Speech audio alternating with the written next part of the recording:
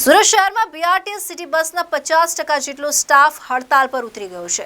સરકાર દ્વારા જે નવા નિયમો લાગુ કરાયા છે તેને કારણે ડ્રાઈવર અને કંડક્ટરો દ્વારા અચોક્કસ મુદ્દતની હડતાલ શરૂ કરવામાં આવી છે। જો કે આજે કેટલાક રૂટ પર બીઆરટીએસ સિટી બસ શરૂ થતા તેનો અન્ય ડ્રાઈવર અને કંડક્ટરો દ્વારા વિરોધ કરાતા વાતાવરણ તંગ બની ગયું હતું। મામલાને લઈ પોલીસ પણ ઘટના સ્થળે પહોંચતા તેની સાથે પણ માથાકૂટ થઈ હતી, જેમાં એક પોલીસ કર્મીને દોડાવીને માર મારવામાં આવ્યો હતો। અંદાજે 50 લોકોએ પોલીસ કર્મી પર હુમલો કર્યો હતો, જેમાંથી 19 લોકોની ઓળખ થતા તેની પોલીસ અટકાયત કરી છે।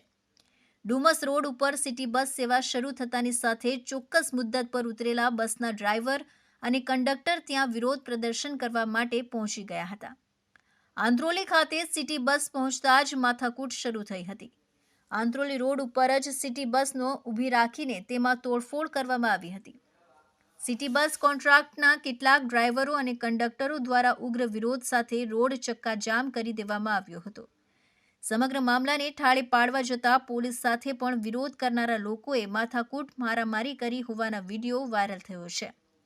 ડુમસ મગદોલા રોડ ઉપર ડ્રાઈવરોનો હલ્લાબોલ જોવા મળ્યો હતો।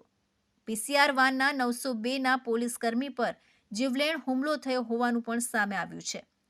GJ5 GV 2270ના પોલીસકર્મી પર હુમલો થયો હતો। વાતાવરણ તંગ બની ગયું હોવાનો અને હુમલાનો વિડીયો સોશિયલ મીડિયામાં વાયરલ થયો છે। શું ઘટના આખી બની હતી અને તેને લઈને પોલીસ શું એક્શન મોડ? જે આ નવા કાયદાના વિરોધમાં ટ્રક ડ્રાઈવરોએ ચક્કાજામ કરવાનો પ્રયત્ન કર્યો હતો ડુમસ રોડ પર, તો તકેદારી રૂપે અમારી પીસીઆર પેટ્રોલિંગમાં જ હતી, તો તુરંત જ અમારી પીસીઆરે જઈને રોડ ક્લિયર કરાવ્યા પછી તરત એની સાથે જે ડ્રાઈવરોએ ઝપાઝપી કરી અને એ જ સમયે અમારી પોલીસ તરત પહોંચી ગઈ અને તુરંત ઓન ધ સ્પોટ અમે 4 આરોપીઓ અટક કર્યા અને તરત અડધો કલાકમાં બીજા ટોટલ 22 આરોપીઓને અમે ડિટેન કરેલા છે।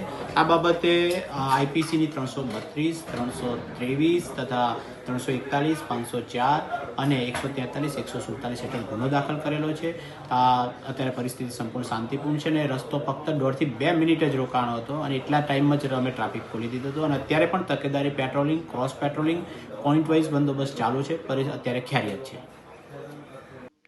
Arvind Rathod, ABC news Gujarat, Surat.